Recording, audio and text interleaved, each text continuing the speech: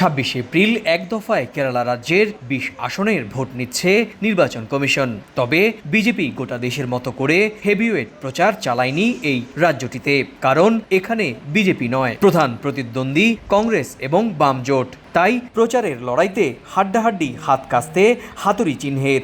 যেহেতু কংগ্রেস বাম দলগুলোই এখানে প্রধান রাজনৈতিক প্রতিপক্ষ, তাই এখানে দুই দলের হেভিওয়েট প্রার্থীদের সংখ্যাও বেশি। যেমন ওয়ানডে থেকে লড়ছেন খোদ কংগ্রেস নেতা রাহুল গান্ধী, তার প্রতিদ্বন্দ্বী প্রার্থী বাম গণতান্ত্রিক জোটের বর্ষিয়ান ও প্রাক্তন কেন্দ্রীয় মন্ত্রী ডি রাজার স্ত্রী অ্যানি রাজা। তিরুবনন্তপুরমে লড়ছেন কংগ্রেসের আরেক হেভিওয়েট প্রার্থী শশী থারুর। কংগ্রেসের সাবেক মন্ত্রী, লেখক ও আন্তর্জাতিক বিশ্লেষক এই আসনেরই বিদায়ী সাংসদ। তার প্রতিদ্বন্দ্বী বাম গণতান্ত্রিক জোটের পাল্লিয়াম রবীন্দ্রনন, স্থানীয় প্রভাবশালী নেতা ও অভিজ্ঞ রাজনীতিকও।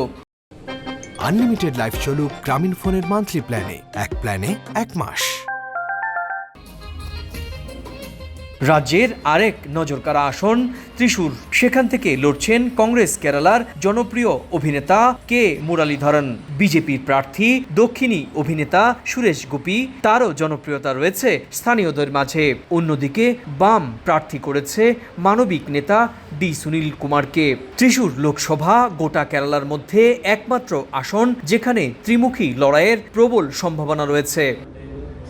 ভোট বৈচিত্র্যের সবচেয়ে গুরুত্বপূর্ণ চমক হচ্ছে এখানে মোট ভোটারের অর্ধেকের বেশি নারী।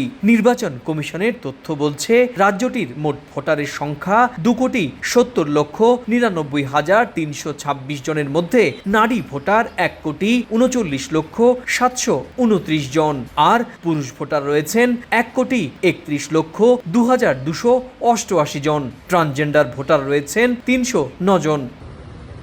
এর মাঝে আরেক বৈচিত্র্য হচ্ছে এই রাজ্যটিতে তরুণ ভোটার রয়েছেন 2,88,535 জন, আর 80 বছরের প্রবীণ ভোটারের সংখ্যা 6,59,227। 20 আসনের কেরালায় সবচেয়ে কম ভোটারের বসবাস রাহুল গান্ধীর আসন ওয়ানডেতে 6,21,088 ভোটার, আর মাল্লাপুরম আসনের 32,79,172 ভোটার নিয়ে রাজ্যটিতে সবচেয়ে বেশি ভোটারের আসন হিসেবেই বিবেচিত হয়।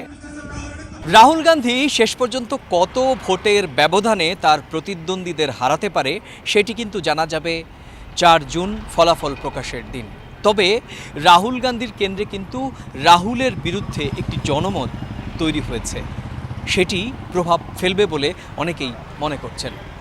ওয়ানডের কেন্দ্র থেকে সুব্রত আচার্য, সময় সংবাদ।